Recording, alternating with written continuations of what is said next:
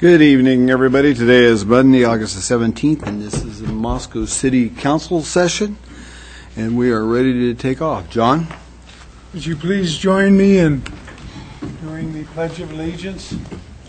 I pledge allegiance to the flag of the United States of America and to the republic for which it stands, one nation under God, indivisible, with liberty and justice for all. Thank you. Thank you, John. The next business of order will be the consent agenda. Mr. Mayor, Dan. make a motion to accept the consent agenda as presented. Second the motion. Okay, Dan made a motion to accept the consent agenda as is, with Jim Bolden second. I'll start the roll with Walter. Aye. Aye. Aye. Aye. Aye. Okay, we will move on to item number 2, staff recognition report. Gary, do you have anything tonight, sir? We have nothing tonight in light of the public hearings, Your Honor. Okay, we'll move on to item number 3 then, public comment and mayor's response period. Anybody can get up and address the council for any matters that are not before the council this evening or matters that are not before P&Z, public, and as well as Board of Adjustments. So if you do come up and speak at the podium, please state your name and address for us. Seeing none rush the podium, I will move on to item number 4, which is a public hearing adopting the 2016 budget. Gary, you and Don have got the podium, sir.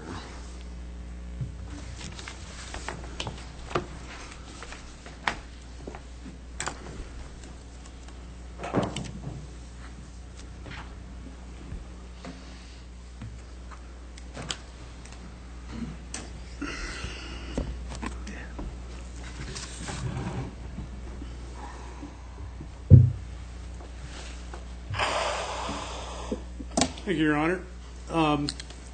Happy to present to you the draft FY 2016 budget. We'll go through the process. As you recall, we had a budget workshop on the 16th of July where the budget was proposed and discussed, presented to council. That workshop was done in one day. Had some public participation, although it was a public meeting. Certainly the workshop and then this is done pursuant to public hearing notice according to Idaho law.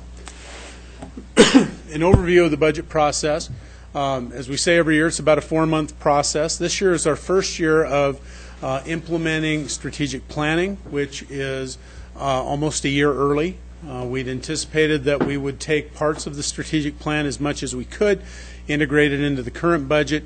Next year is the year when we will be able to fully address and implement more of the strategic plan, but we've got significant portions of it this year that have been addressed.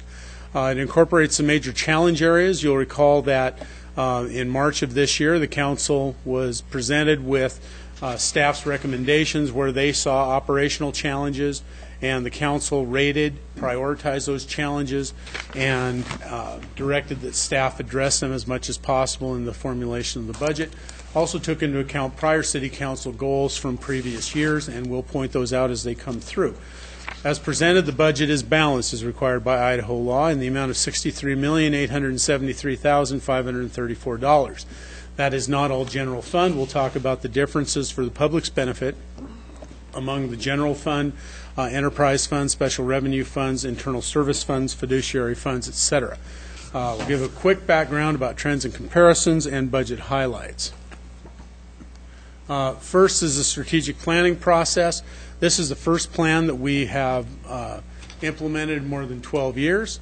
We started in 2014, and the evaluation, if you look at the criteria at the lower left-hand side, talks about the differences of the rating criteria the council looked at, and there were different tiers, Tier 1, Tier 2, and Tier 3, and I will call out each of the external and internal Tier 1s, which is what we tried to address in this year's budget and will address in future budgets as well.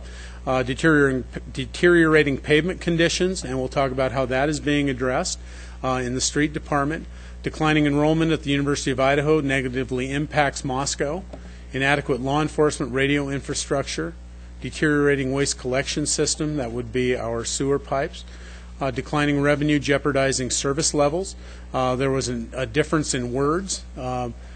Jeopardizing was the word that was agreed upon, as we are continuing to, revenues are not keeping pace and jeopardizing service levels and declining. And I believe I left a word in there. It should be, I believe, Walter, maybe you can help me out. I can't see that from here. It says declining revenue, jeopardizing service levels. We agreed on a different word, and I'm sorry I missed it in this It was slide. proposed by Don Palmer when I met with him on this 6 months ago. And all Don has to do is remember it. Okay. Anyway, current revenue jeopardizing service levels is what I believe it was. Declining employment base weakens the local economy, and internally, things that are specific to the city itself, insufficient law enforcement staffing to meet community demand, particularly cyber crime officer, deteriorating substandard police department building in a vulnerable, unsafe location, and that's something we've talked about for years. Inadequate fleet facility reduces efficiency. That's the city shop and the proposed omnibus enterprise fund street and parks shop, fleet shop, and inadequate shop workspace, which goes with that same plan. The budget document has a bunch of different purposes. First of all, it's our fiscal policy manual. It guides the operations of the city. It serves as a 1, perhaps even 2-year financial plan, although we do accumulate funding mainly in the capital funds, so it's more of a long-range financial plan in certain aspects. And it's a way we communicate. The budget document that we have is a very comprehensive document. We have not only the budget detail, we have budget summaries, and those are available for the community to look at. And I think that the reason that the council can ask some of those complex questions is they have the detail upon which to base those questions. Of course, the major challenges we've already talked about. The 3 previous council goals that are addressed in this budget: beautification of public right-of-way at city entrances, expanding the perceived downtown area on Main Street, and research the siting and construction of public restrooms downtown. Those are all addressed in this year's budget document. The budget structure, these are our main types of funds. We have governmental funds, general funds, special revenue, construction funds, and debt service funds. Then we have business side type funds, which are run like a business. Internal service funds, which service predominantly the city's own infrastructure, such as our fleet fund addresses the city's fleet, although we do provide some services to the ambulance, volunteer ambulance company and the rural fire district. We also have enterprise funds, the water, sewer, and sanitation fund, that are run exactly like businesses. Proposed property tax adjustments proposed in this budget is a 2.5% property tax increase.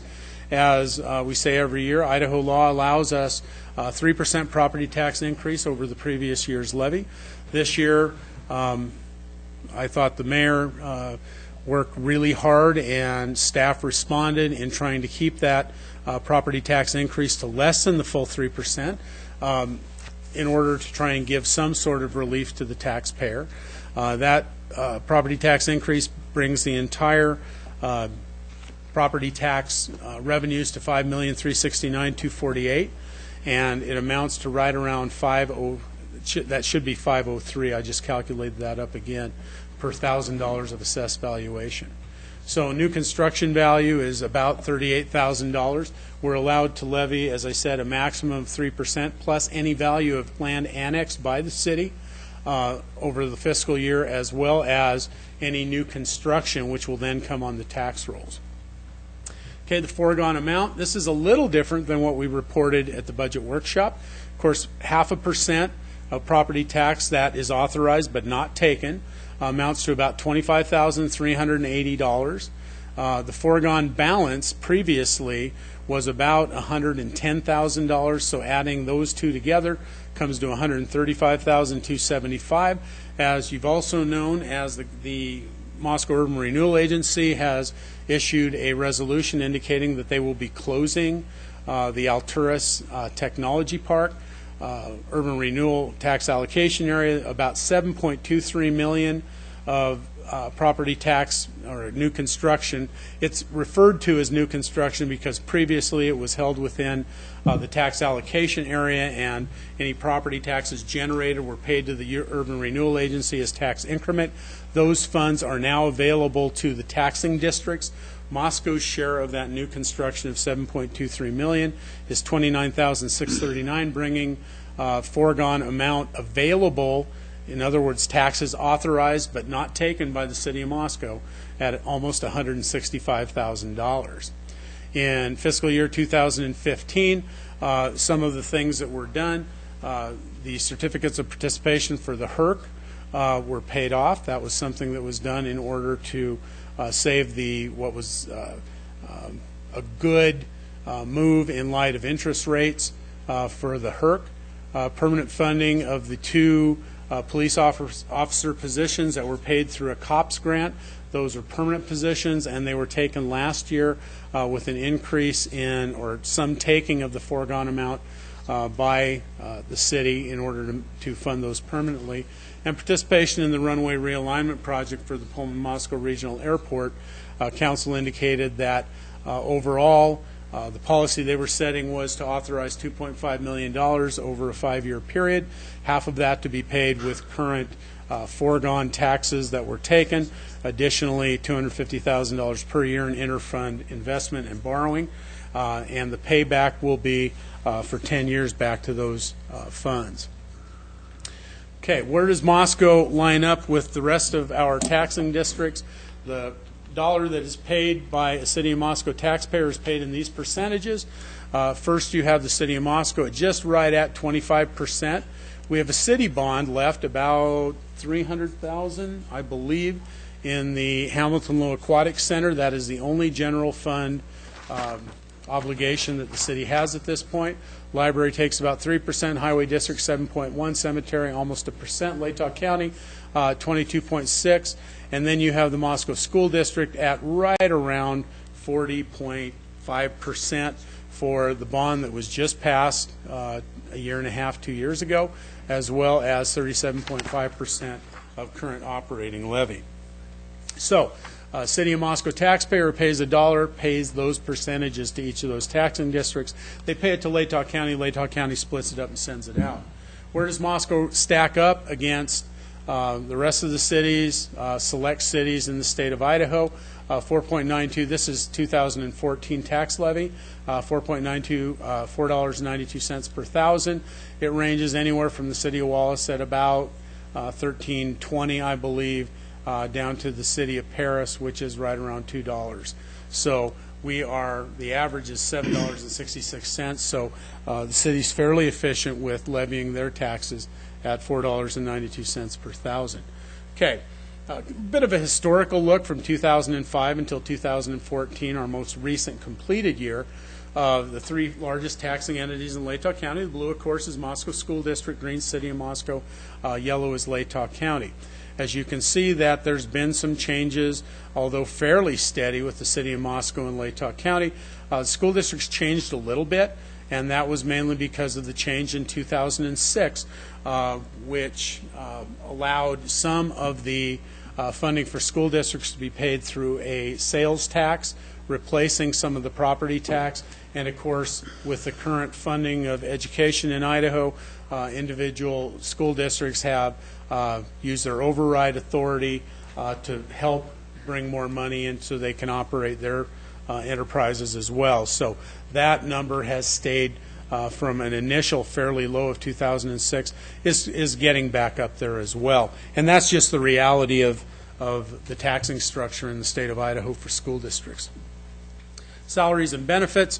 You've heard our Human Resources Director and Finance Director indicate that most of our funding, operational funding, goes to salaries and benefits. We are a service-oriented enterprise, and we have about 144, 145 employees, and about 74%, Don, of our operational budget goes for employee salaries and benefits. That's just a rough percentage.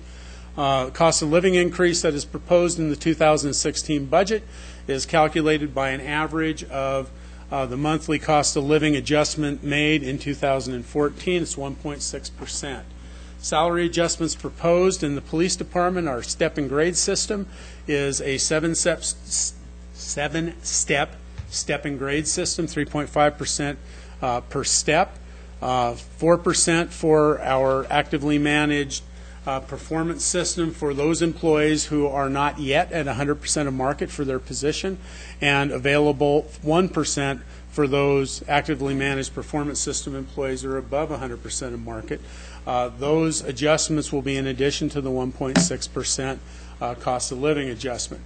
Again, the AMP system is a performance-based system, and the percentage for individual employee may be different than what you see up there, but it will still average per employee within the range about that. We have a salary survey that we're in the midst of. We're just finishing it up. We have 2 classes of employees that our consultants are still working on. We have been working with managers and employees on those issues. That should be ready to be presented, and that should be September of 2015. I just changed that. I wonder if I have the old presentation. But it's the first study we've had since 2006. Overall, our compensation and pay are very good. They're within 0.5%, or excuse me, 5% above or below with those target comparison cities. Some positions and classifications are recommended for adjustment, and the cost of implementation is estimated at about $93,000, give or take, but well within. It's less than 0.5% of our overall budget numbers, so overall salary numbers. So that's pretty good, seeing as how we have not had any comprehensive study since 2006, which has been almost 10 years. Personnel changes are always one of those things that we want to bring out. The MCA, the major challenge area that was being addressed with a proposal to include a full-time computer forensics detective to address insufficient law enforcement staffing to meet community demand. Chief Duke indicated that one of the areas where their department has challenges is dealing with the new computers, cell phones, multimedia things that they need to review in order to get evidence for their work. We have had several cyber detectives in the past. There's just too much work for one of them anymore, and we have a little bit of a problem hanging on to these folks. We train them. They usually stay about 4, maybe 5 years, and then may move on with their careers. And of course, the demographic of our younger employees will switch jobs a lot more often than us folks who've been here a while. So we just want to make sure, the chief wants to make sure there's some continuity in that, providing that service. Moscow Farmers Market manager, additional hours. The current Farmers Market manager has been paid for 9 months, 19 hours a week for the Farmers Market. That position actually has more of a demand in the summertime, of course, than it does in the other time of year. So the proposal was to move that position to 30 hours a week in order to provide that sort of continuity as well, and continuity of service. Sewer division, there's a utility locates position, which is essentially the person that they call if someone is going to be digging. They go out and mark the streets, mark the lawns, so when you dig, you don't cut through a fiber optic cable, you don't cut through a sewer line, electrical line, so on and so forth. This position is jointly funded with water, sewer, street, and information systems. Water and sewer, fairly obvious. All of that infrastructure is under the ground. Street has stormwater, and information systems has our fiber optic cable system. The percentages are 40% paid from water, 40% from sewer, 15% from street, and 5% from information systems. This position will assist in, again, continuity of service, and as it sits right now, there are several folks in these departments who can do the work, but they need to pull off a crew to go do that, which may make that crew not have enough people to be able to continue with their jobs. And so this should make it more efficient as well. One of the other positions that is not going forward at this time is that of Economic Development Specialist, Moscow Urban Renewal Agency Executive Director. As I explained and we've talked about in the past, we're currently developing a partnership for economic prosperity, which will be coming to you in the next several weeks to participate in that. There's $40,000 in our, make sure I got this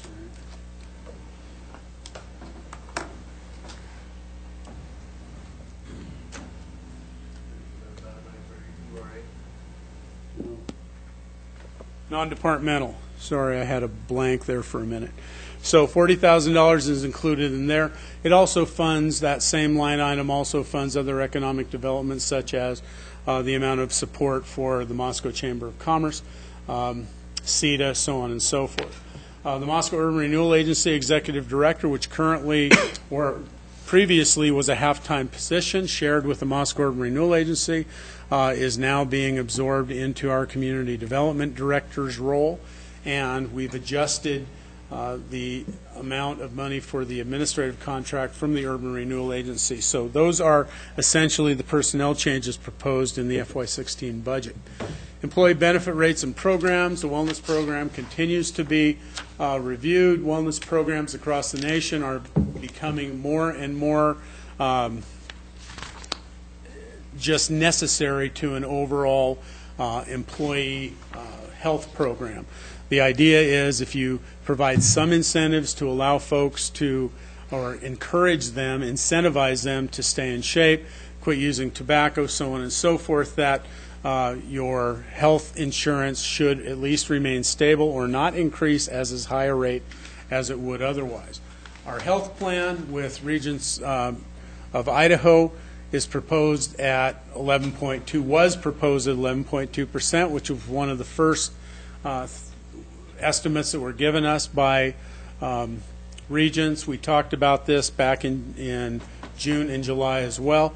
That amount was negotiated to 5% with some minimal changes to the plan. So what could have been 11.2% was negotiated to 5%, a savings of around $79,000 overall with that negotiation. The voluntary employee benefit allocation proposed at $250 an employee, which has been, that's the same as it has been in years past. Those funds can be utilized by employees for increased deductibles. If the employee chooses, they can continue to accumulate those funds. They belong to the employee, so when the employee separates from the City of Moscow employment, they can utilize that fund for their health-related expenses. Okay, moving on to general fund revenues. This is something, you'll see the 6 big ones that are up there. Most of the funding from the general fund, of course, property taxes, franchise fees, intergovernmental transfers, fees and charges, transfers, and fund balance. Intergovernmental is different from the transfers that you see up there that are identified as transfers are from the water, sewer, sanitation fund, street fund, so on and so forth. Intergovernmental would be that from the federal government or the state. Okay, general fund transfers funds that are receipted into the general fund and then are transferred to these special revenue funds and internal service funds. Special revenue funds, of course, are different in that not only do they receive revenues from outside sources and typically sources that are specific and to be utilized in accordance with the regulations that they're given, but also they receive some general fund subsidy. Streets Fund receives transfer from the general fund for franchise fees, as well as other support from the general fund. One of the ways that that is supported is that we have an allocation model which reimburses the general fund for those services provided by the general fund to enterprise funds and the special revenue funds. Typically, street fund is probably right around half of what they should be paying into the general fund for those services. However, every dollar that is taken from the street fund back to the general fund would just reoccur in more subsidies so we can continue to address the council's concerns about getting better pavement out there and taking care of the roads. General fund also supports the street fund in the past by supplying funding for equipment. Most of the equipment that's purchased is purchased through the enterprise funds or with carryover from the general fund. This year, because of some funding increases, the street fund has been able to purchase some of their own equipment, which is a step forward as well. Parks and Recreation Fund is also supported about $1.65 million from the general fund to assist the Parks and Recreation. We don't charge for use of parks. We have programming fees or programmatic fees, but typically the parks are paid for with a subsidy from the general fund. The 1912 fund funds the Heart of the Arts agreement and city retained expenses for the 1912 building. Arts Fund supports the operations of the Arts Department, obviously. Information Systems and Fleet Systems, although Fleet's not up here because there isn't a transfer. Information Systems is an internal service fund, as I indicated, provides services mainly and predominantly to the city of Moscow. So the software, hardware, the services that are provided to the general fund by Information Systems, there is a transfer there as well. And the Moscow School District Community Playfields, as you'll recall, this is a joint effort between the City of Moscow and Moscow School District. City of Moscow provides the operational and programming for the Moscow School District Community Playfields, and the school district then pays a certain amount of money, about half of that, a percentage, back to the city for that service. Fund balance is a large part of the fund, general fund as well. The purposes, you all know them. What we try to do is retain general fund, or fund balances that meet the council's directives. You gave us policies in a resolution as to how much working capital we should retain, so on and so forth. What it does is allows us to have sufficient cash flow for operations as well as the other things that you see up there. General fund revenues. General fund revenues are estimated to be $14,635,819. That's 8.3% increase over fiscal year 2015. Typically because of franchise fees, licenses and permits, and reimbursement from the Moscow Urban Renewal Agency, transfers from the enterprise funds, engineering and other support. One of the other revenue areas or highlights is the investment of $500,000 in the assigned fund balance to support the council's direction to support the Pullman-Moscow Regional Airport realignment project. Also transfer to capital projects. A couple of the capital projects that we are addressing pursuant to council direction is support for the downtown restrooms. There's $170,000 that is included in the budget, and as I explained in the budget workshop, that money is allocated for that project. The council will approve both the design, location, and the amount of money to be spent. So all that money is appropriated and ready for council's direction. 6th Street eastbound right lane turn realignment project is the 6th Street turn lane, the eastbound right-hand turn lane onto Jackson Street. It's been in design for a couple of years. It's about ready to go. We anticipate that it will be done in conjunction with the Moscow Urban Renewal Agency and their development of the 6th and Jackson property, where the old Autos Produce used to be. And that's scheduled to be constructed next year as well, should all those things come together. Property tax revenue versus the levy rate. The revenue is in the green line going up. You can see the trend line. Property taxes are increasing as we have growth in the city.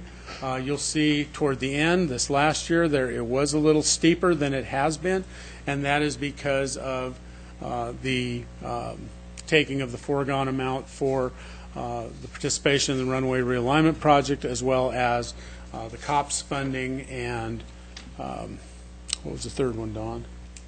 He's too busy reading his... The HERC. Okay.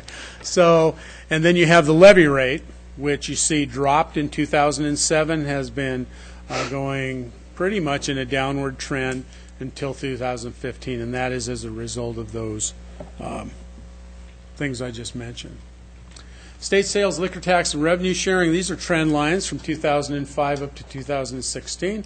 We've seen moderate growth in those. The green is state sales tax, and as the economy improves, more money in the system, people tend to buy more, and sales taxes go up. Revenue sharing as well. We've seen a good increase in that over the last couple of years from the low in 2010, which is when the quote-unquote Great Recession was at its peak. Franchise fees and taxes. Again, Don calls them taxes, GFOA calls them taxes, they're franchise fees. These are fees that are paid by those entities that operate utilities in the city's right-of-way. It is a payment for the privilege of using the public's right-of-way for their business. And as you can see, they peaked at 2009, dropped a little bit, came back in 2011. We're seeing an upswing now. Franchise fees are a percentage of the gross sales that are made within the city limits for the franchise. So we have that franchise fee on electric, gas, and cable TV. Building permit revenues, again, the Great Recession effect, 2009, 2010.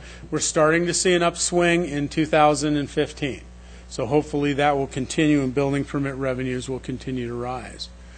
General fund highlights, we've already talked about most of these.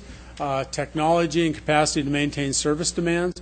We are working on an improved city web presence as well as an emergency notification system to assist the police in informing the public in case of an emergency. Springbrook financial software for human resources management has been worked on for a couple of years and is about ready to be deployed. And the Spillman Records interface for the fire department is also included in this budget. Transfer to Capital Projects Fund, we've already hit on the downtown restroom and the 6th Street turn lane. Special revenue funds, we'll go through these very quickly. Street fund revenue has been pretty flat, has gone down a little bit. That's highway user fees or gas tax. Don makes a point every year that they haven't really made an increase in the gas tax since 1996. This past year there was a move in the legislature to increase gas tax to some extent. The effect of that should be about $222,000 roughly in our street fund, so that's what you see at the end of that, which is welcome. It wasn't as much as we had hoped it would be, and hopefully the legislature will revisit it as the public infrastructure becomes more and more critical. Street fund highlights, the utility locates position we already talked about. We have a maintenance agreement with the University of Idaho. We pay them a certain per mile amount for street maintenance for those city streets maintained by the university within the campus. Traffic control maintenance, professional development, pavement maintenance program is always of interest to the council. Tyler Palmer, our street superintendent, deputy director operations now, has talked to you about a comprehensive pavement maintenance rather than tearing up streets, relaying them, able to maintain a lot more streets. So it's an aggressive program, and the more money he can get, he says he needs about $2 million a year in order to maintain that program. We're not quite there, but we're working on it. Transfer to capital construction, we have the sidewalk program, street light renovation, community choices project out by the Moscow Middle School will be constructed coming up, and the multimodal transportation improvements Grow America project at $36,500. Les, can you describe that project for me? That is the D Street improvements. No, I'm sorry, excuse me. That's the series of improvements including a transit van, transit stops, wayfinding signage for bicycles, and greenways.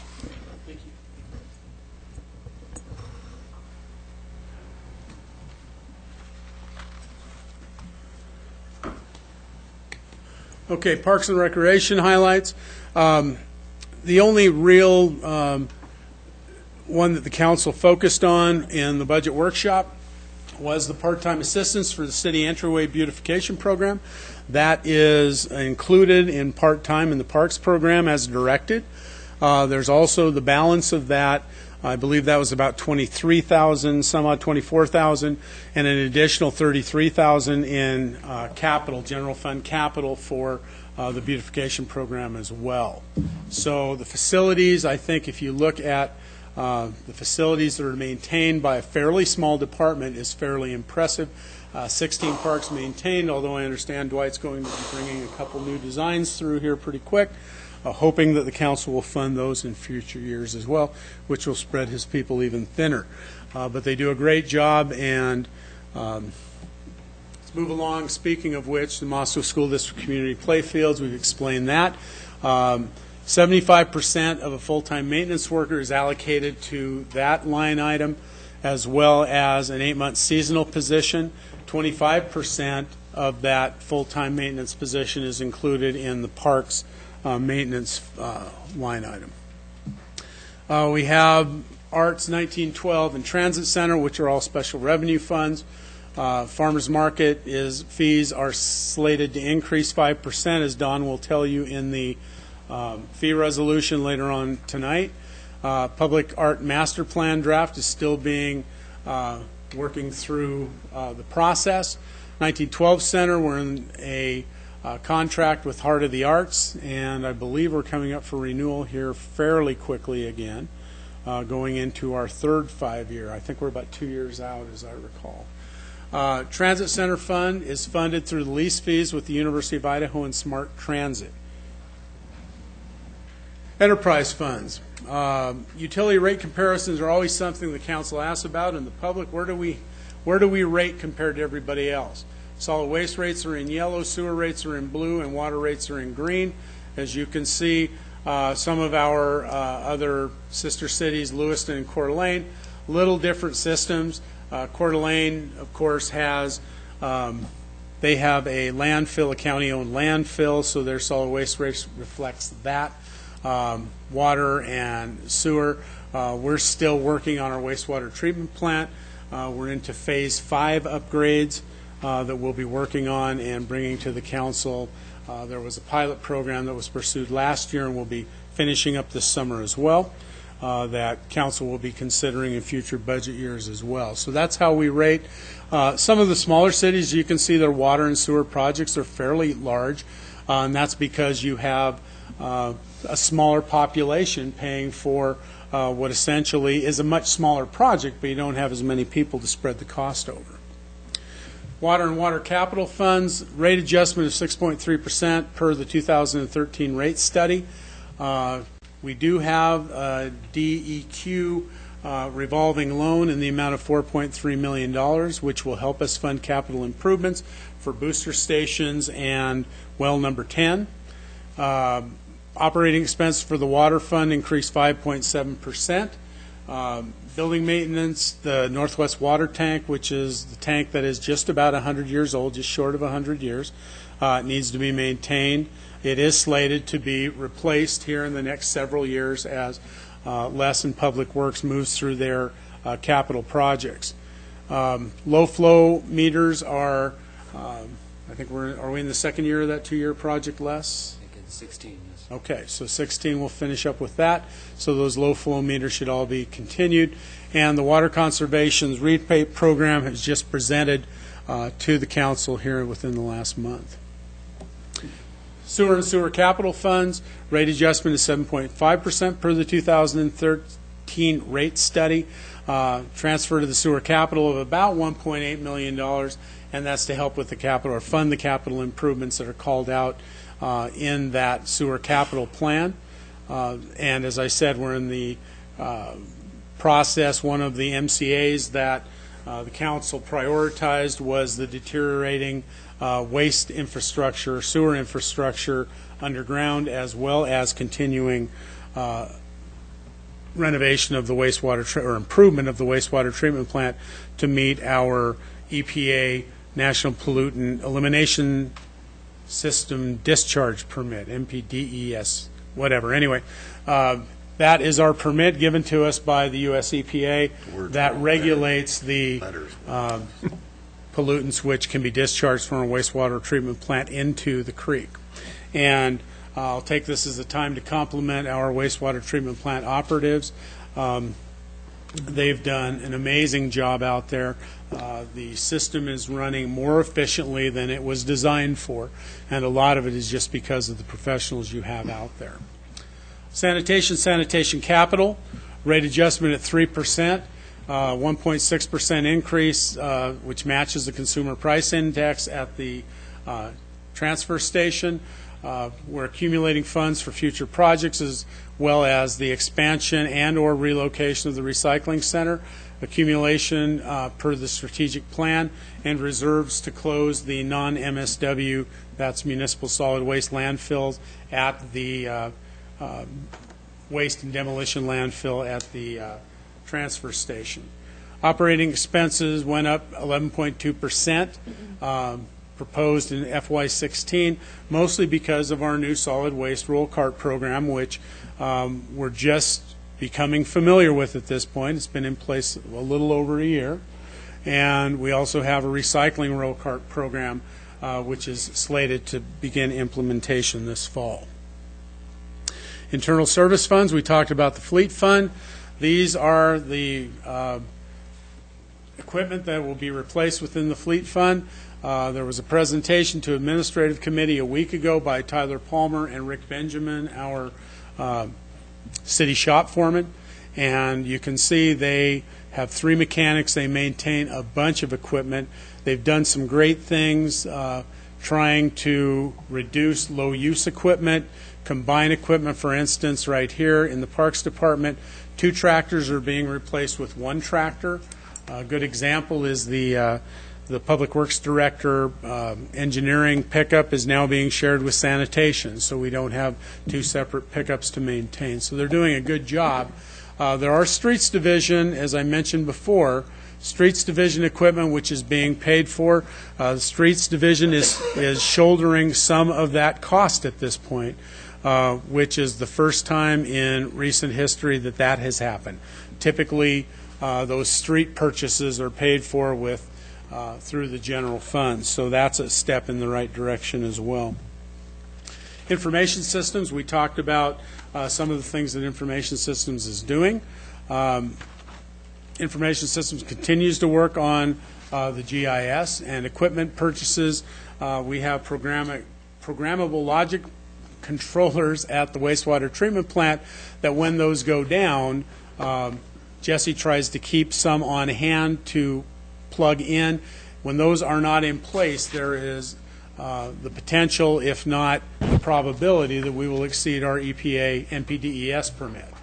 When that happens, the city is liable for violations and fines, so it's critical that we have that infrastructure on hand. Debt service and construction funds, won't spend a lot of time on this. You recall we refunded the bonds in 2011 to save money in the low interest rates. Don recalled those bonds and they were reissued at a lower rate. LID debt service fund, the Hamilton Fund will be utilized to assist with LED lighting out at the HERC, which will serve 2 functions. It will reduce the electric bill at the Hamilton Indoor Rec Center, as well as drastically reduce the amount of maintenance time. The lights that are out there now need to be addressed by staff at least once a year. They burn out with some frequency. These LEDs are at least predicted to last a lot longer and much more efficient. And then that takes us to the Capital Projects Fund. These are the various capital projects which are being addressed in the FY 2016 budget. I won't go through every one of those. Some of those are accumulations. Some of those will be actually constructed in 2016. You'll see things like the downtown restroom is in here, accumulation of playground equipment, park irrigation, some of the things that funds are accumulating year to year. We have a couple of donation funds. One is the 3rd Street pedestrian bridge, as well as Blackbird Crossing. So it runs the full gamut. But these are all things that are moving along and are being addressed in Capital Projects Fund. With that, I will stand for any questions you might have. Dawn's here at the ready as well. Questions for Gary and Dawn before we open the public hearing? Walter? Thank you, Mayor. Gary, thanks. Couple of things that you mentioned that bring a couple of questions to mind. You talked about having money for the 6th Street eastbound turn lane adjustment, and that includes the alignment of the eastbound through that intersection at Jackson. Yes, sir. Is there any money in the budget, should we be able to get ITD to approve the new curb alignment at Jimmy John's on the southbound Jackson Street side? I didn't hear that mentioned. That would be likely a multiplicity of funding. As you recall, EMSI, we had participation from the Moscow Urban Renewal Agency, the Street Fund, private developer, and a grant that we received, I think it was an Idaho Gem grant. The realignment in front of the Jimmy John's and continuing that same curb alignment from, hopefully, we're hoping from 3rd Street down to College Street. We would likely address that as part of the development of the lot, the MURA's development of the lot at 6th and Jackson. We will look for whatever funding we can. The council has always, So it's not in the budget? no, but we have accumulated funds for certain projects such as Mountain View, A Street, those projects that we've received directions. Council has always asked us to bring forward immediate needs and give you the chance to reprioritize that, so we would do that as well. But is there something specifically for that curb realignment? No. I think he's got more. Walter? Thank you, Mayor. One of your slides mentioned sanitation fund, and something I hadn't noticed before. The sanitation revenue in the budget for 2016, and Don, I'm on page 234 if you care, appears to be $5,261,000, Gary. The sanitation expense on page 240 is $3,173,000 plus.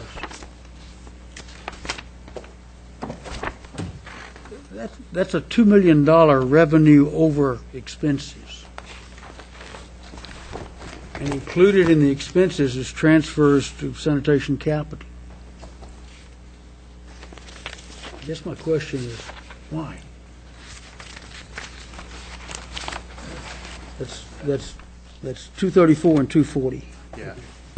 The sanitation fund has several departments. That particular one on 243 is just the section that relates to one of the departments. We have the transfer, we have the landfill, we have the recycling program.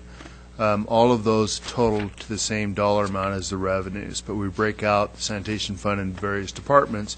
And the reason for that is because we have different contracts that we have to address.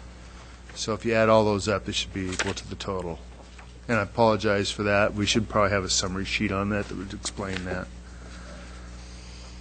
Okay, we don't have time tonight to go into that, but can I get an appointment and let you show me that? There is a summary sheet on the front of the documents in the summary section that shows the total revenues and total expenditures by fund as well. So, but not on this level of detail. Okay, The detail so tries. the answer is that we don't have excess revenues. That's correct.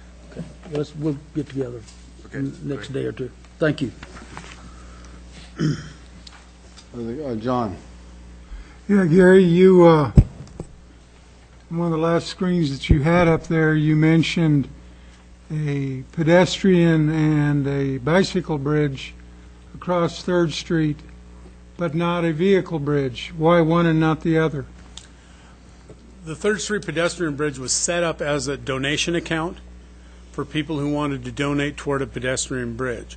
In fact, our Transportation Commission has asked that the council review it and give some direction on that. So that will be coming to you hopefully within the next month or so. But yeah, that is specifically for the pedestrian bridge to receive donations. Yeah. Other questions before we open the public hearing? Thank you, Gary. We will open the public hearing. It is 7:49, and I will take testimony, any type of testimony. Please come forward, state your name, what your concerns are, your address, and we will give you 3 to 5 minutes, depending on how quick you can get through things. Hello, Victoria. Victoria Seaver, 121 North Lily. I didn't want to leave you up there by yourselves.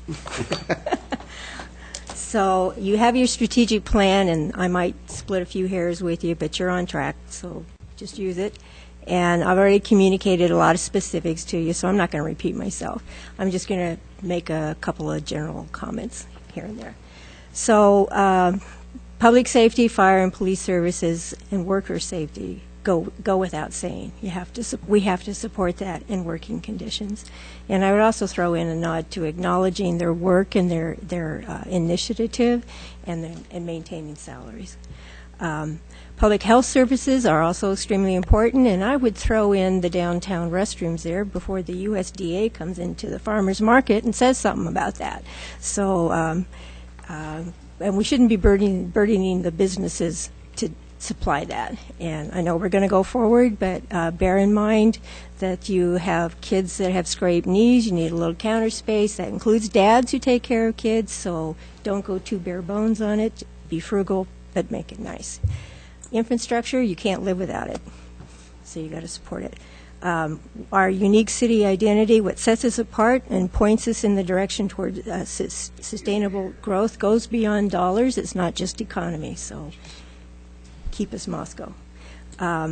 Airport's critical to growth, but I have some concerns. It's very critical that our partners see through their part, and it's commendable that we're partnering well, but I'm a little worried. I don't know about the universities. You know, they're not in charge of their own budgets exactly. The legislature is, and so I don't know if they can always pull through. And I don't want to be where Walter said in another meeting, in for a dime, in for a dollar.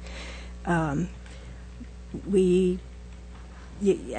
to be presumed that we'll just suck it up. So be extremely careful about that. And the last 3 things I'll say is water, water, water. Or I could say smoke, fire, and drought. But for the city, water. So conserve and support incentives to save water, and very importantly, model the behavior, educate, and increase awareness to use water wisely. Alternative sources are going to be a huge challenge. I'm not sure where you're getting surface water or if we're in drought, but keep on it. And you'll get more public support if they understand the need and if they are participating in conservation, and then they are involved in it and they understand it, and then you're going to get some buy-in, and you're going to need it. So, thank you. Thank you, Victoria.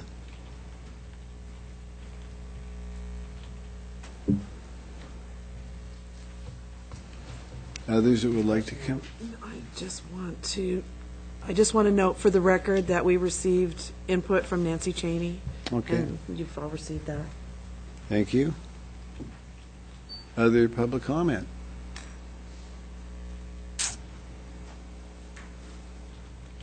Seeing none, I will close the public hearing at 7:53 and turn it over for council discussion.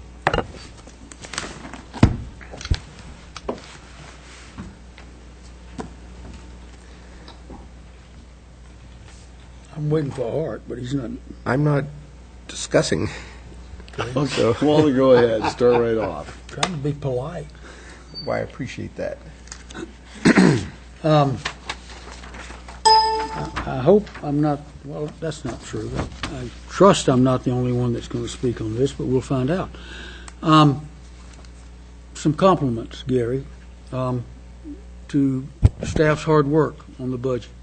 I know you put in untold hours while at the same time trying to keep this place running, meaning the city. But untold hours, you and Don and others and the department heads, working your way through this morass and attempting to do what you can with it.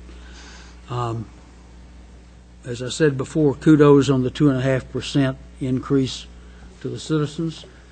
The 0.5% is hardly any money at all, but I do think there's a principle involved. The 2.5 is not a whole lot of money I would have liked to have thought that this could have been done with 0% increase. Even, I understand there's a different philosophy possibly between leadership and the staff and myself regarding the approach toward that 3% that's permitted by law. But 2.5 is better than 3, so there. I'm okay with the proposed salary increases. Our people are truly a very, very valuable asset. The water and the sewer systems are also, but the people, without them, none of that works. So I have no problem with the proposed salary increase. A couple of things, though, if I might, to pick at. With the strategic planning process and system, I continue to have problems with that declining revenue jeopardizing service levels. I talked about it the first time I saw it. I've talked about it subsequently. It remains in the list, and I do not understand the math. In 2013, we had $12.2 million in general fund revenues. In 2014, and this is just the numbers I've got in front of me. Mm-hmm. In 2014, that went from 12.2 to 12.8. In 2015, the adopted budget goes from 12.8 to 13.5. And in 2016, that's going to be approved tonight, it jumps from 13.5 to 14,635,000. To me, that's increasing revenues, and in 1 year, that's 8.4% unless my calculator slipped.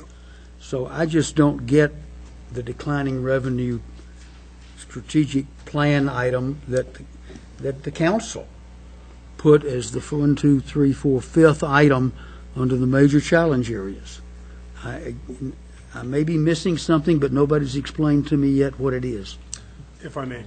And again, I apologize for that. I think we had that discussion, and we agreed to bring language back. We had it drafted. At least twice. Exactly.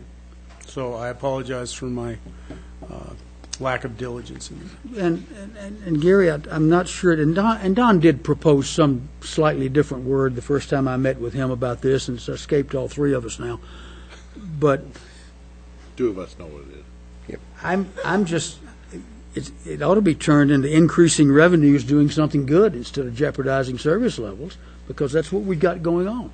The general fund revenues are increasing. I mean, they are.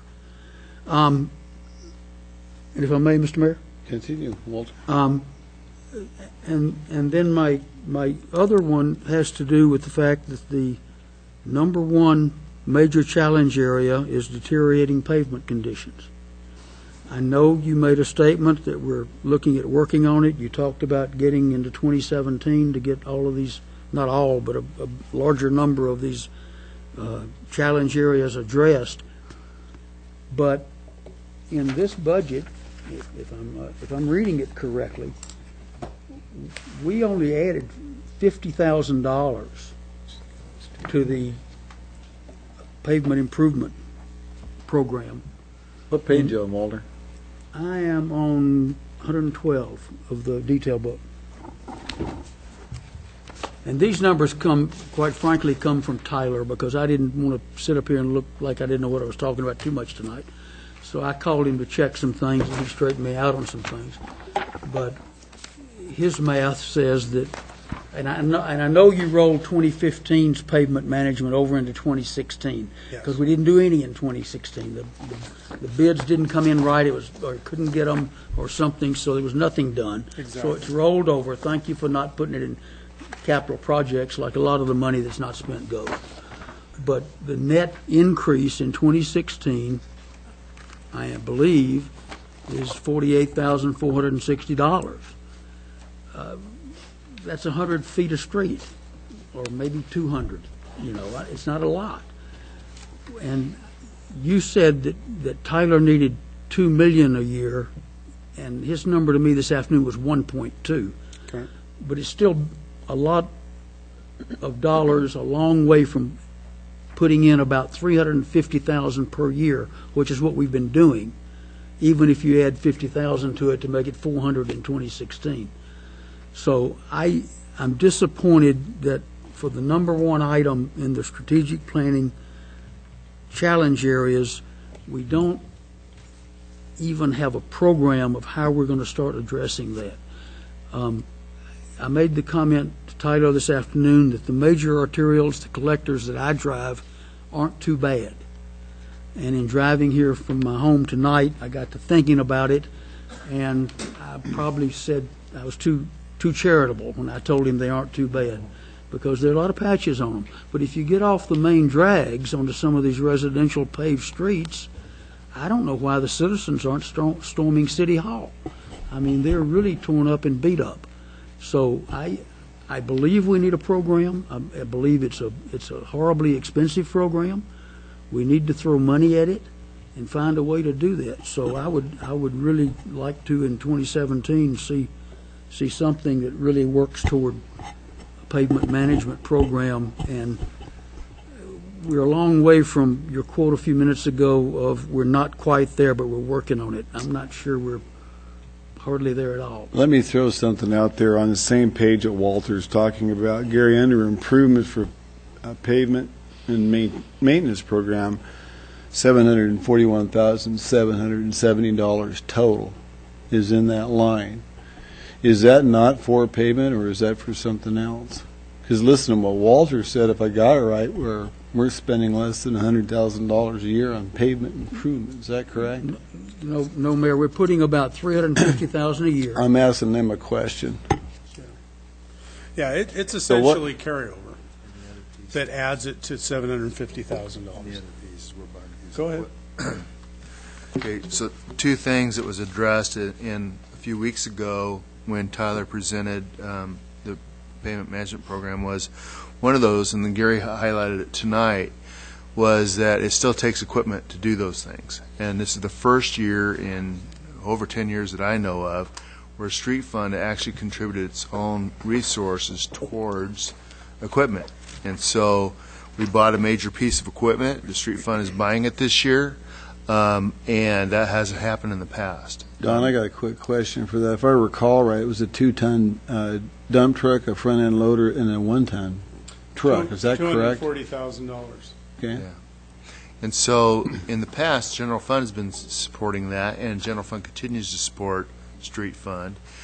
We did get funds because of the gas tax increase. $225,000. And yes, and that is reflected in the 16 budget as well, which was prioritized towards some of that equipment and to increase the pavement management program as much as we could. Those are the two areas that we thought were key to the Street Fund. Now, for the last 10 years during the audit process, and Gary showed that slide tonight, is that the Street Fund is probably the most, it isn't probably, it is the most restrictive fund that we have of all the 23 funds that we have. And the reason for that is because it's so limited in resources. And we try to add more money to it. It's, like you said, we're a people business, and pavement costs keep soaring. The gas tax monies do not. So when we saw this as a shot of $223,000, Walter, you're right, we added that towards equipment, and we added it towards a locate person, and we added it towards, because 15%, I think it's 15% in the Street Fund, is for that locate person, and the other part of it is pavement management. So we've done, I think, all three goals pretty well with the limited resources that we've allocated. Mayor, Art, just a couple comments about the major challenge area language.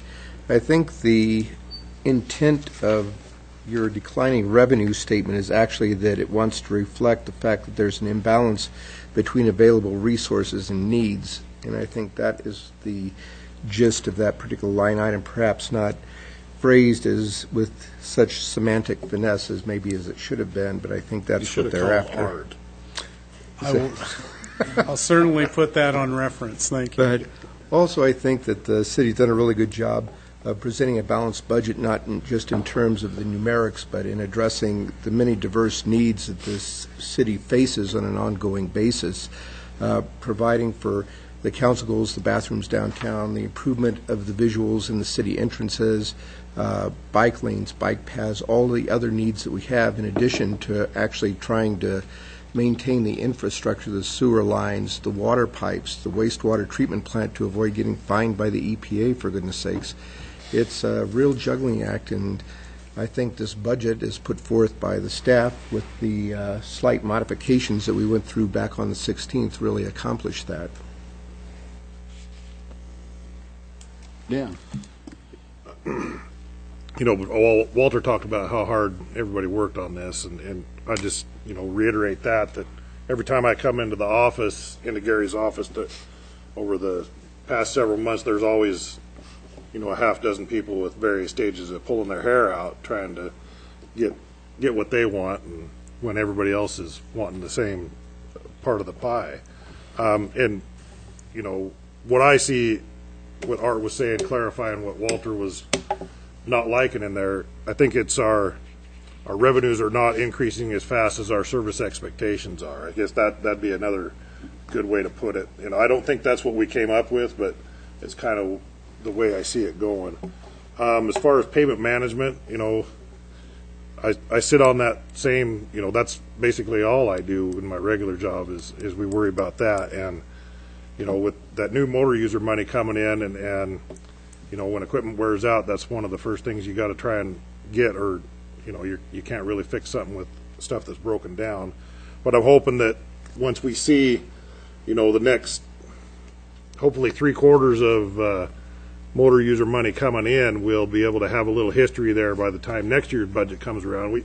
We might see a little more than 2 1/4 here as far as the city's concerned, you know, with lowering fuel prices. That's really, we're seeing increases in it before the tax increase happens. So hopefully that'll, you know, only be a multiplier on top of that. So, you know, I appreciate the fact that the council appreciates how it might take a little longer than a year to get some of our goals done, but we are obviously making strides towards getting those goals completed. I do agree with Walter, though, that we need to make, you know, put more money into that, you know, the hot mix on the ground. You know, let's make sure we get some of those streets fixed. I drive 3rd Street every day coming down here, and there's just, that's about the section that I think we got to put on the priority map there. So, but I'm in favor of this sucker. Let's move forward. Jim? This is my first trip through the budget process, and I want to compliment you guys on how concisely it's presented. For somebody that's new, to try and understand a document this large has been very helpful to me. And going through the major challenge areas to identify prioritize things that we need to be working on, that's been very helpful. So thank you for that. As far as the pavement management thing, I don't think that we are ever going to solve that problem if we want to have a pavement management rating of 80 or above in the city. We're not going to do that without bonding for that and catching everything up at some point. We'll constantly be fighting this, and it will constantly be declining until we do something to add a bunch of revenue from it, and we're probably not going to get it from regular property taxes. We're probably going to have to bond for that to catch it up. It's just a fact of life.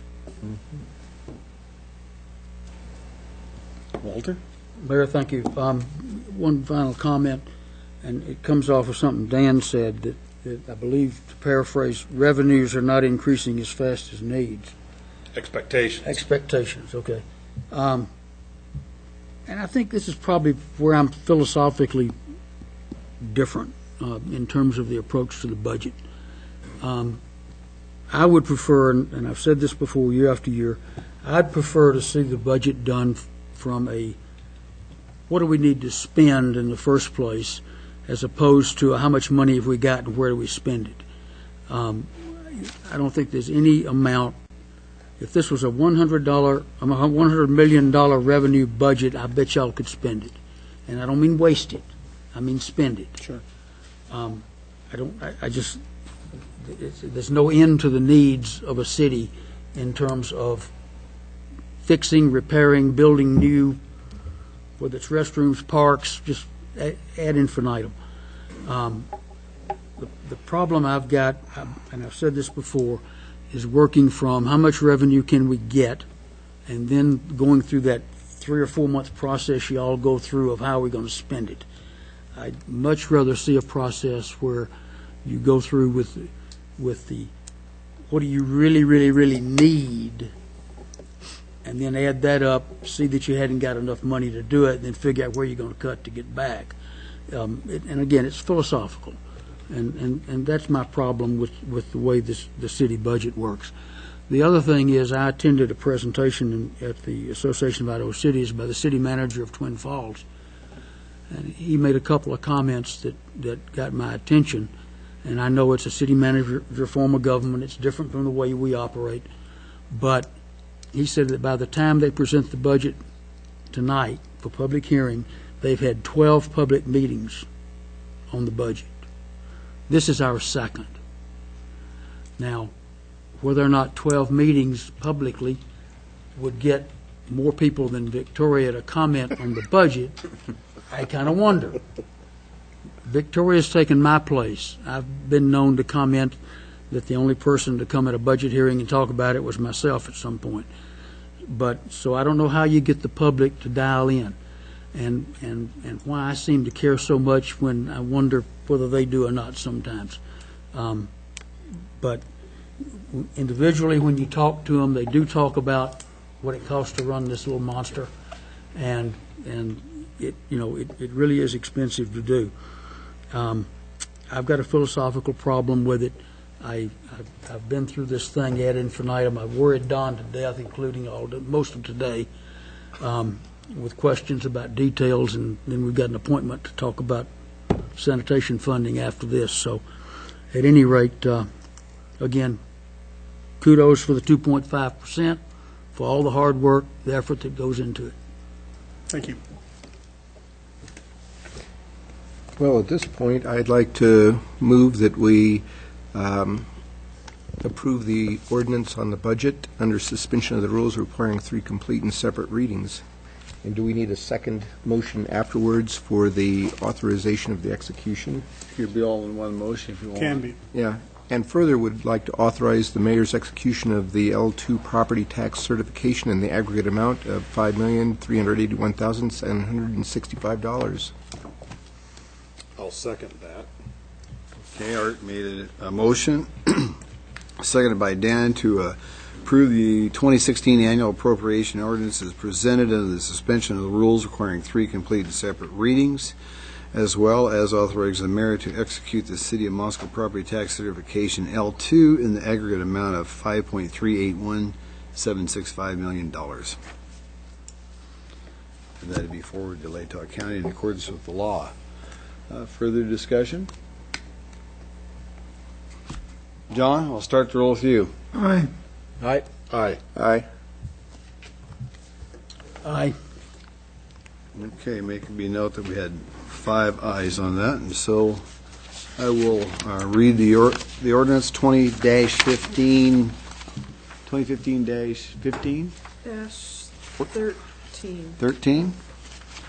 Okay, ordinance 2015-13, an ordinance entitled Annual Appropriation Ordinance appropriating $63,899,534 for the purpose of defraying all necessary expenses and liability of the City of Moscow, Latah County, State of Idaho, for the 2016 fiscal year beginning the first day of October 2015 and ending the 30th day of September 2016, and allotting resources by the fund for said appropriations for the objects and purposes set forth in this ordinance, levying ad valorem taxes in the amount of $5,472,215 for 2016 fiscal year, providing that this provisions of this ordinance be deemed severable, providing for this ordinance to be in full force and effect from and after its passage, approval, and publication according to law.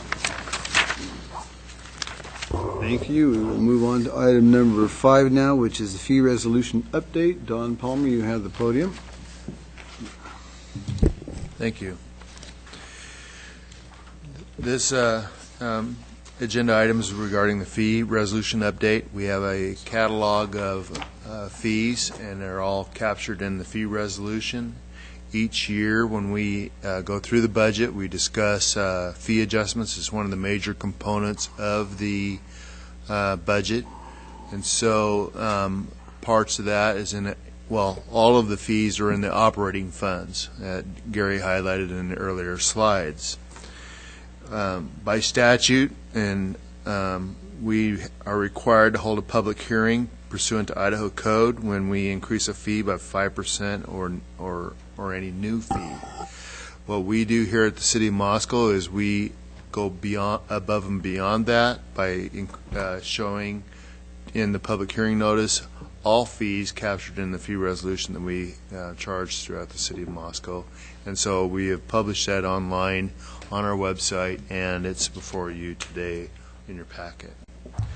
So to identify the fees that we are addressing today, just the increases or new fees, we are increasing land use fees. The building valuation has will change based upon the publication that determines what those fees are for building permits. We have non-compliance permit fees, engineering plan review fees, engineering and legal review and agreement fees, which are some of those are new. Utility rate increases are being adjusted for water, sewer, and sanitation. The water, and I had those.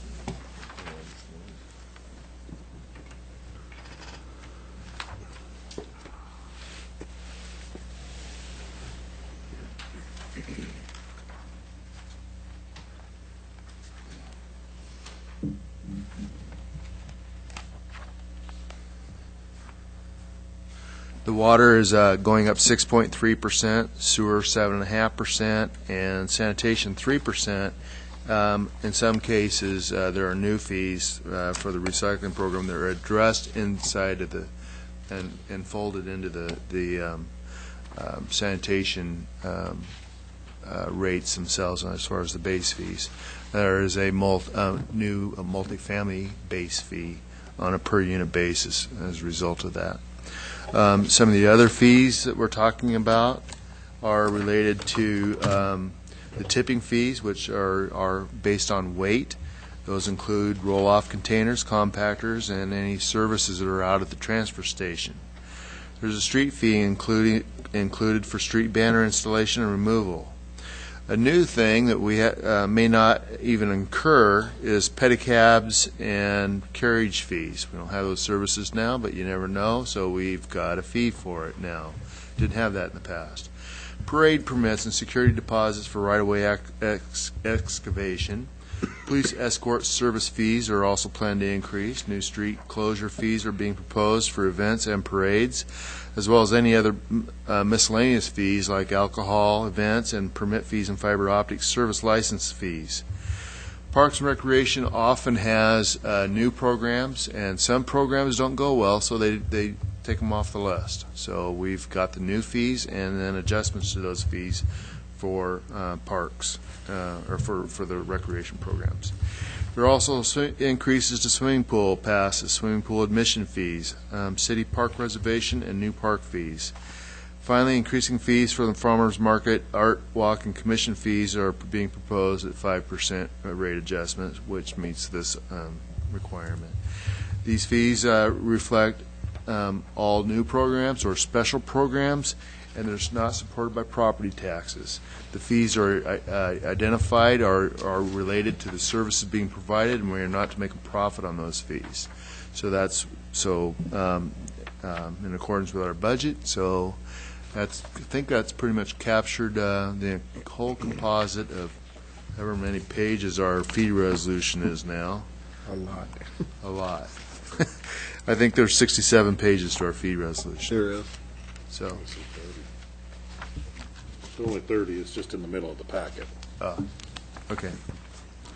So, thank you. Starts on page 36, you're right. Right. So, anyway, if there's any questions, Phil, I'm here to answer those. Questions for Don? Art?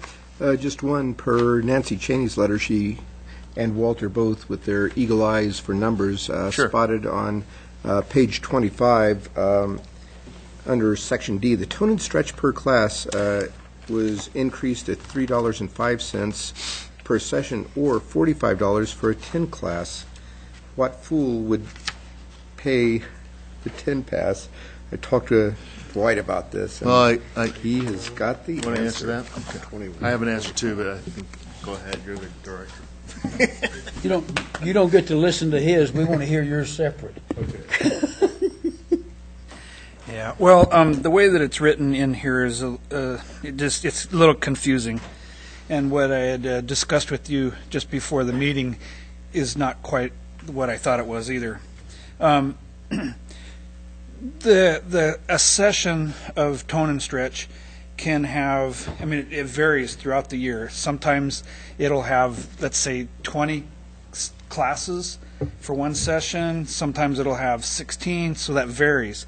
The $3.05 is what it costs per class in each session. So there might be 20 classes in that session, and they're $3.05 per class. The $45 for a 10-punch card is just that, which ends up being about $4.50 a class. And it's a convenience for the citizens to do that, but it's a real pain for the instructor. And so the goal of that was to pay a little more for the drop-in or the 10-punch to encourage people to take and sign up for the entire session, which is cheaper per class, but it just helps to make up for the pain that the instructors. Okay, so if I'm gathering right, instead of paying per class, you buy the card, but you can pay for the entire Yes. You save money, just like our pool passes. You save money by getting the season pass. The water Zumba thing works the other direction. Well, and they are different instructors, and it That's depends what it on amounts to? on the classes. Yes. Okay. I mean, And, I would I mean, imagine you work this You out can have with 40 some people just drop in on you, and I mean they have to start at a certain time, and so it just becomes a pain to do the drop in. Walter? Let me see if I can help here as well. If a class is 16, if a session is 16 classes or 20 classes, and you buy it at what amounts to $3.05 per each, you only get that value if you go to all of them. Yes. But if you find you have conflicts, you're out of town, you're on a trip, and you're missing a fair number, you lose the $3.05. Whether you pay it whether you're there or not. Correct.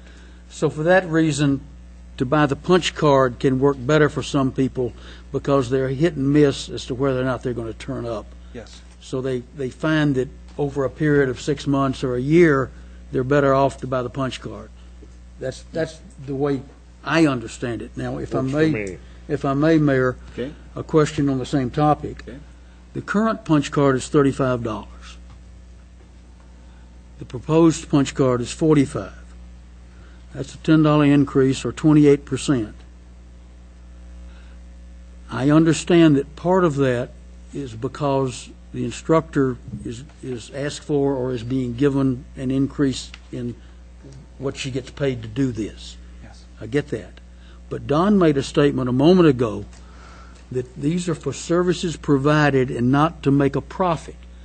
So if she's not getting the 28% markup that's in here, are we making a profit? Well, I guess it depends on your definition of profit. I mean, we still have all of our administrative fees. 25% of the recreation supervisor comes out of the recreation fund. It just, or 75%, I mean.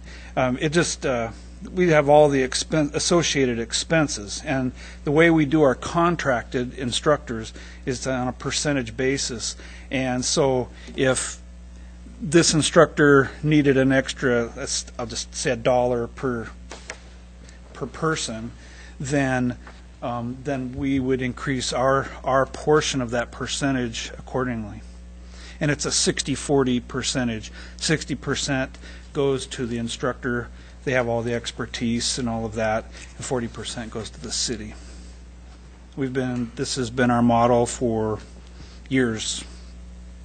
I don't know if Randy Rice had that before I got here, but that's the model. It works. It takes into consideration our costs, and it's an average across the board. Some classes cost less to put on than others. Some cost more. And overall, it keeps it fair, so you're not having to tinker with every single class. And if you look through that, there are a lot of instructors, a lot of different classes. It just keeps everything on an even keel. Some you make a little more money. Granted, we base everything on the minimum that it would cost to cover the course, the class. And sometimes, for example, the tone and stretch is, it does very well. A lot of people sign up for that, so you make a lot more money. But we also, we still have the overall expenses that we're still taking care of. And you see the budget each year. There's a lot of expenses. A different topic, but still in recreation. Walter, continue. Someone else, if they've got anything else on that. No, we're just waiting on you, Walter. I don't know whether I wish I could have heard that or not. Dwight, you've got an item called undetermined programs for $2,000. I want to take that. What do I get? $2,000 worth. For my $2,000. Yes, just give me the 2,000 and we'll work that part out for you. What this was something that we worked out with the previous city attorney, and that was, the way that my understanding of this law is that we have to put down all of our fees. Well, we have programs that come up that we don't know about when we do this. And so he came up with that line that just says, we have programs that we haven't come up with, but you had to put $1 to it. So why wouldn't you put $1? That was just what his recommendation was. Can you change it? If you come up with a new program, it's got to cost $2,000 because it's in the fee structure? I suppose you could. Would that be, I'm curious, is that because maybe a fee would be up to a maximum of $2,000? In other words, a new program comes along, you say it's $1 in this resolution, and somebody comes up with a program that's $1,500, they expect it to get it for $1. There's got to be some kind of Well, typically you get a program that's, let's just use the mayor's golf tournament, for example. If there was a fee in there that was of such magnitude to exceed what our norm would be, it probably wouldn't go that quickly anyway. It would naturally wait through the planning process to go through the next budget, and then it would be called out specifically. We never have that problem. Gary? You're precisely right. It is a maximum amount. If it comes in lower than that, what Randy was trying to do, and we talked about it, was the code requires that if you're going to impose a new fee or it's going to be increased by 5% or more, you have to have a public hearing, which has its own expenses. In order to provide some flexibility for programming, that is in there to allow, again, it's appropriation, give notice to the public, that you could impose a fee up to that amount. So it's anything less than that as well. So it just provides some flexibility. There are times, if I may, and Dwight, correct me, but in my discussions, there have been times where they have a program that they budgeted for, they advertise it, and they get almost no takers. So they don't put that program on. They want to fill the space, so they will get a different program that hasn't been called in the budget, correct? Yes. Not all the time. It just depends on the year and what people want.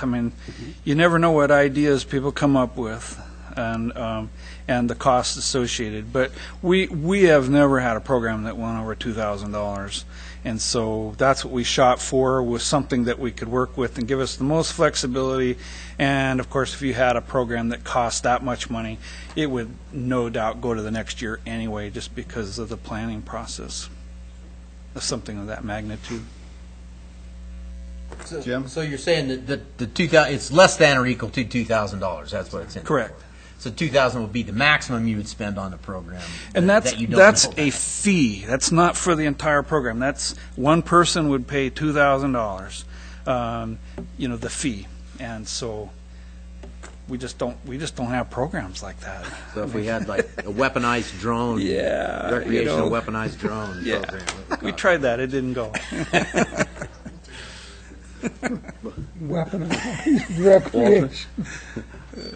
Thank you, Mayor. This one's for Tim Davis, who's been waiting patiently back there.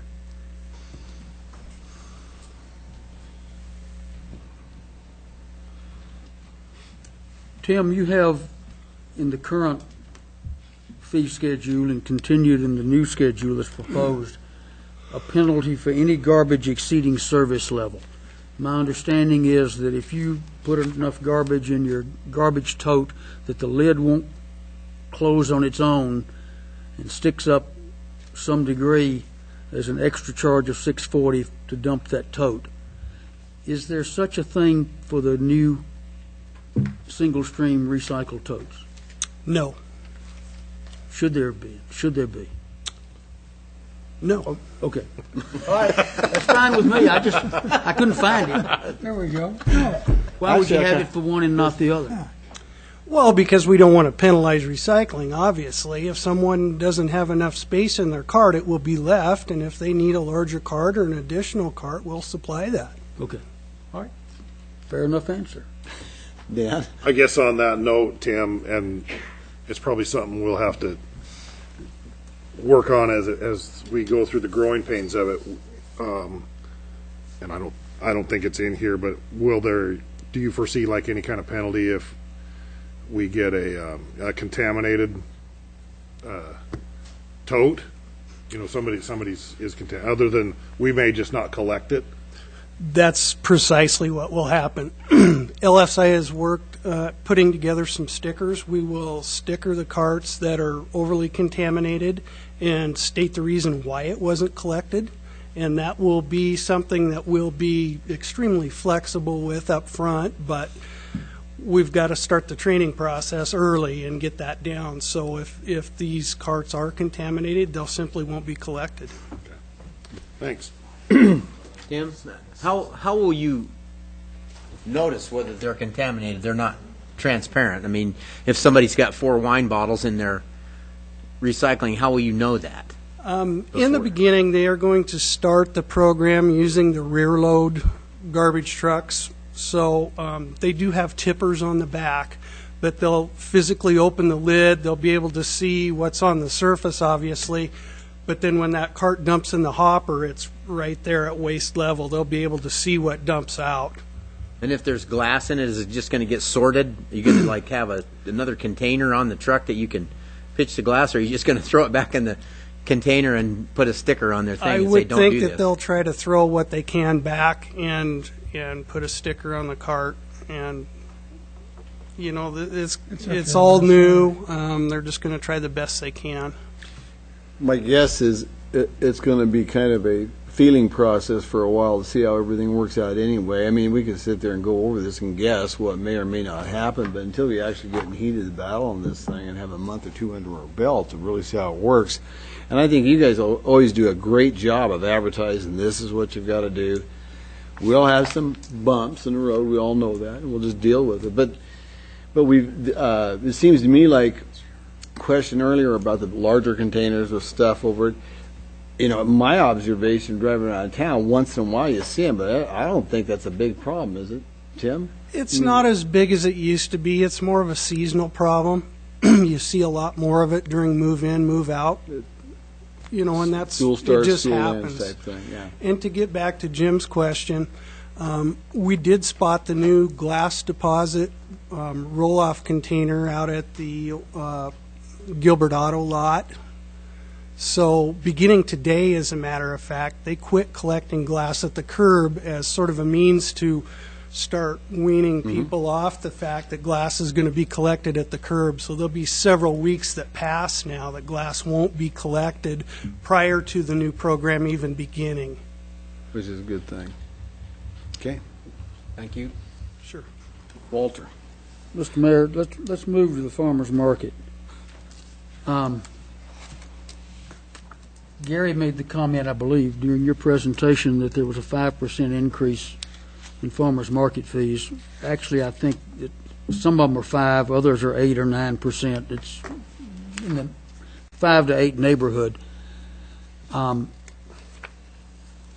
have been asking for months for the true cost of the farmer's market. And I define that as meaning if the farmer's market quit existing today, what amount of money would the city not have to expend to run the market? A market manager, certain other things like hard cost and so forth. But I know y'all have done a farmer's market cost analysis, but you allocate part of Kathleen's salary, part of the police department, part of the street department, part of the city attorney's office, for all I know. And I contend that all of those things, the police department, maybe the street, Kathleen for sure, et cetera, would still be on payroll if the farmer's market went poof. I'm trying to find out what does the farmer's market really cost the city of Moscow? And I'm a huge fan. I think it's the best thing we've got going. I go down there every Saturday I'm in town and just grin while I walk the whole length of it. And if I can't get down through it, I grin even bigger because there's so many people in it. It's a great, great thing for the city of Moscow. But my question is, what does it really cost us? How much are we really paying to subsidize it? And if that number is small enough, I'd like to think this council would raise the fees to the vendors 11% and get it to zero subsidy. Now, if the true subsidy is $150,000 a year, then we're not going to raise the fees to capture that. I get it. But I can't seem, Gary, to find out what the true hard cost of the farmer's market is for the city of Moscow. Hang on a second before you answer that. And let's throw something else out here, because the economic impact of the farmer's market, in a way, in my view, is, in my own personal view, is more critical than what we're subsidizing. And we're going to be doing a survey with economists to see what kind of economic impact that has on our city. By city, I'm talking about other businesses and the whole economic development within the plateau of things. And I think that's a serious consideration that we all need to take. Now, with that, Gary, you can go ahead and answer. And Walter has asked that question before, and he and I have had some discussions about it. And I guess the answer, almost any operation the city has, you could say, okay, if we took that operation out, would the city attorney still have a job? Would the police still have a job? I think you could parse everything out to the point where you say that, if they aren't allocating some time to each of those operations, you don't really know what they're going to cost. If you take Parks and Recreation is a great example. About 7-8 years ago, we started taking the recreation directors out of administration and allocating their time to their programs. We took part of Eric's time and put it toward the swimming pool, part of it toward the Egan. And the reason was to show where their time was spent. I believe, Walter, that what you're seeing, I understand. and I believe what you're seeing is exactly that. Yes, you're going to have 2 police officers on staff anyway. But if they're spending their time at the farmer's market, then they aren't patrolling the rest of the city. The street department would not be out on a Saturday, so the time that's allocated for that. What Walter's saying, that's a cost of the market. Exactly. Yeah, if you look at exclusively what folks are doing, then yes, you could probably take the police officers out, but it's like a concert, Rendezvous in the Park. The officers that go past Rendezvous in the Park several times during that event are there specifically because Rendezvous is having an event, just like our officers are concentrating on the farmer's market because that specifically there's an event going on there. I will admit to you that there are some of those things. We have a Parks and Rec employee who empties garbage cans. He's emptying a lot more garbage cans when farmer's market's going on than if it was just a typical Saturday morning. So I think that we've estimated the costs about as well as we can. Kathleen, I think, has done a pretty fair job the city attorney's time, for instance. There is a lot of time the city attorney spends on looking at policies, working with the Farmers Market Commission, so on and so forth. So I think it's as fair as it can be. I don't know that we can get to the point where we have exact hard costs. Just like we're not going to get to the point where we have exact hard costs on the swimming pool. We estimate as best we can, and I think that's what you've got. I believe that what the mayor's talking about will give you a much better idea. And at that point, when you have some magnitude, So Gary, why don't we cut vendor fees?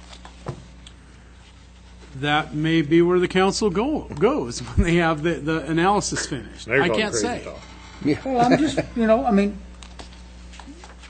Jim? I think that, I see what Walter's saying about trying to identify the cost so you can see what the benefit is.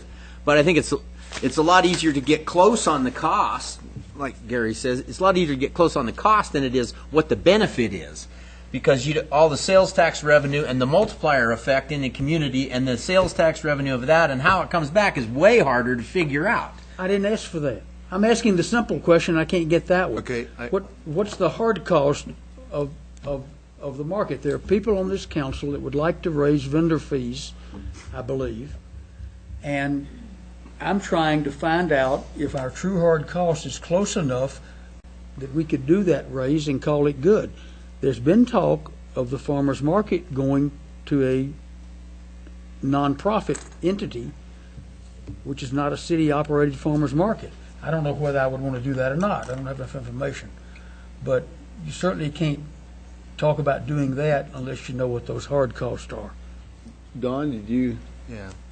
Okay, I just was consulting with Kathleen because Walter has been asking that question for a few times, and I've met with Kathleen about one of the employees that I don't know what her percentage was, and she's been documenting that with the payroll records or timesheets, and it happens to be DJ Scalarn. So we allocated, about half of her time is dedicated strictly to the farmers market. The other person that we have is the farmers market coordinator, which in 2016, because of the success of the market, we've increased the hours, and that cost is about $24,000. DJ is about $20,000. The hard costs there's a specific line item that's about $12,000. Let's see if I'm missing anything else. Oh, and there's the sound technician. It's roughly just under $5,000. So if you add those up, that's about $62,000. The revenue from the farmers market with the 5% rate increase is $42,000. That leaves us $20,000 subsidy. As Gary pointed out, he wants to do this stuff on economic analysis. I thought we had council support on that, and so that's why this fee resolution reflects just the 5% for the time being. Dan? Yeah, that's the direction. So the question is, the assistant in ours department would only be half-time if it weren't for the market. So that's a hard cost. And the market manager wouldn't be there at all if it weren't. I mean, but there are, like Gary said, we'd still have 2 police running around. And there's also, I guess, street department costs. I don't know if you... Yeah, there's. That's I didn't include that's that. just not- I mean, they do put up the banners. No. Farmers market puts up Oh, barriers. they do now. Yeah, that's true. Barricades. Yeah, that's Yeah, been they changed. just do They used barricades. to. Yeah. And the parking signs, I think. I hear about it on Friday nights. So. Yep.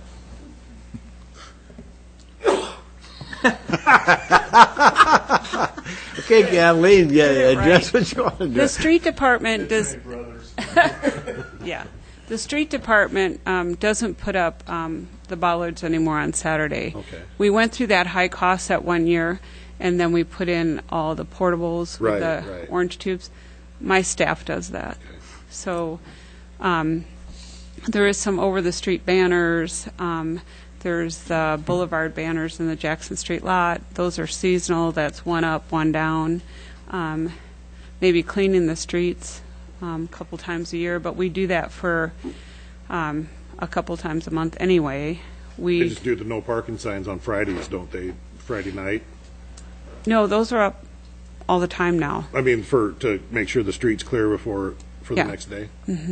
But those go up for 6 months. You know, they don't change week to week or month to month. They just go up and stay up. Yep.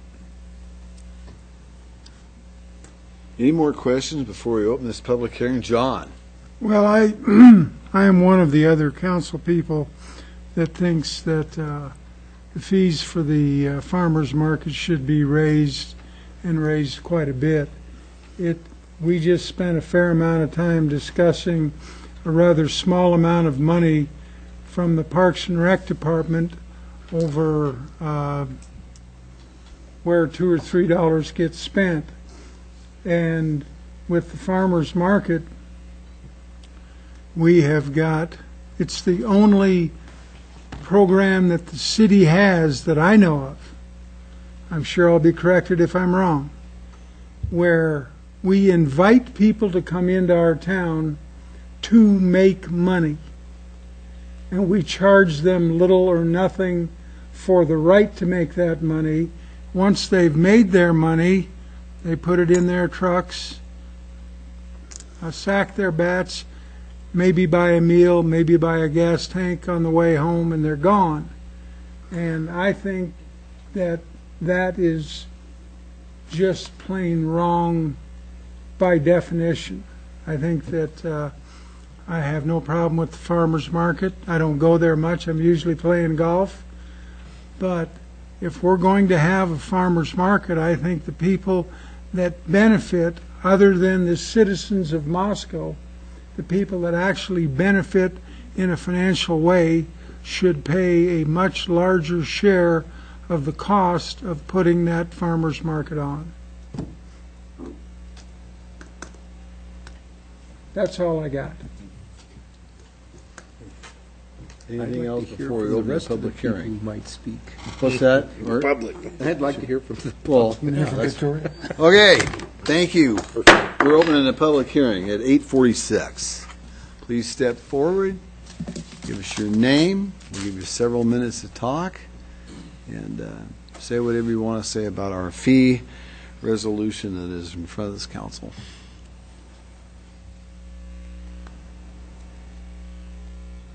Well, I guess the council hammered out all the stuff that everybody's wanting to hear, so we will close the public hearing at 8:47. Okay. Council, what would you like to do? Dan? Your Honor, I would adopt that we approve the resolution, and we did not make any changes, so. I'll second that. Okay, we got a motion before us by Dan and a second by John to approve the resolution that was presented before us without any changes. I'll start the roll with Walter. Aye. Aye. Aye. Aye.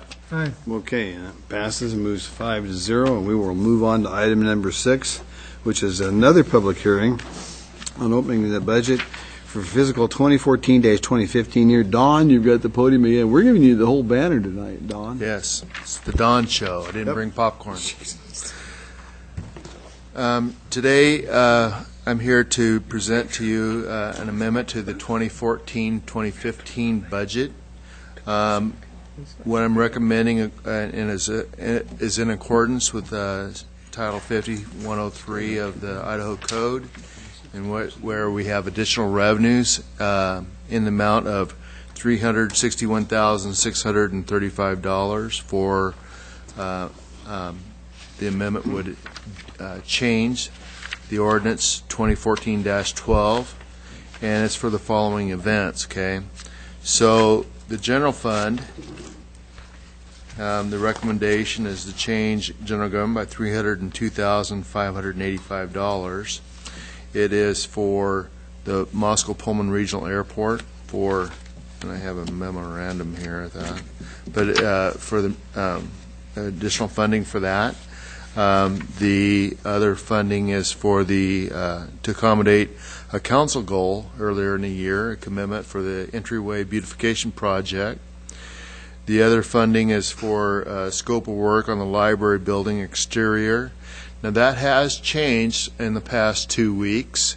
I'm not going to recommend a change to the appropriation ordinance because we already had the publication in the newspaper, but we will not be spending the monies for that. There's been a change in that regard. But the appropriation, I'm recommending not change. We just won't spend those funds. That amount of money is $13,500, I believe. The other monies is for child safety seat program, patrols, and grant benefiting the community development and the historic preservation program. I think Michael Ray's running that. After those are the changes. One of those for the beautification also affects the capital projects fund as a transfer. We identified some funds to increase that. So that transfer is occurring out of capital projects and into the general fund. So that's what raises it by $45,550. The total of those those items is $361,635. It amends the budget that is currently in the 2015 year, $59,751,430. By this increase of the $361,635, it amends the 2015 budget to a total of $60,113,065. And I'm here for any questions. Questions for Don? Don, one more time, you're appropriating some money that you know you're not going to spend, but that's because you've already advertised and ready to do this. Correct. Tell me again which one that was, please. That was for the library assessment. Number 3. $13,500. $13,535. Okay. All right, thank you.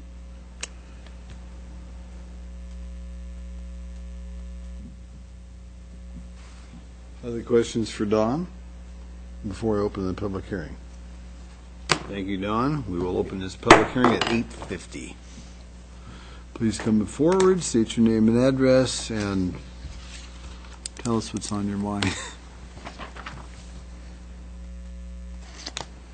Seeing nobody rush to the podium, I'll close it. 30 seconds later, Dan. You know, we do this every year, and we always manage to find more money to spend every year somehow.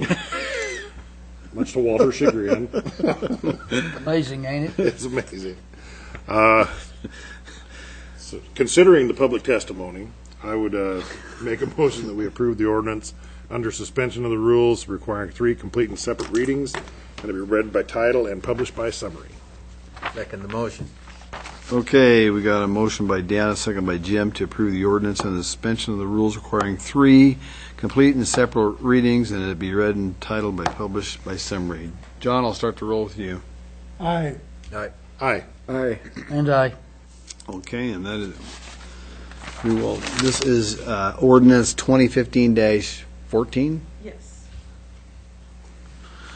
Okay, ordinance 2015-14, an ordinance of the City of Moscow, Idaho, a municipal corporation in the state of Idaho, amending ordinance 2014-12, the appropriation ordinance for the fiscal year beginning October 1, 2014, and ending September 30th, 2015, to appropriate monies in the sum of $60,113,065, and providing for this ordinance to be in full force and effect from and after its passage, approval, and publication according to law. Okay, with that, we'll move on. Dan.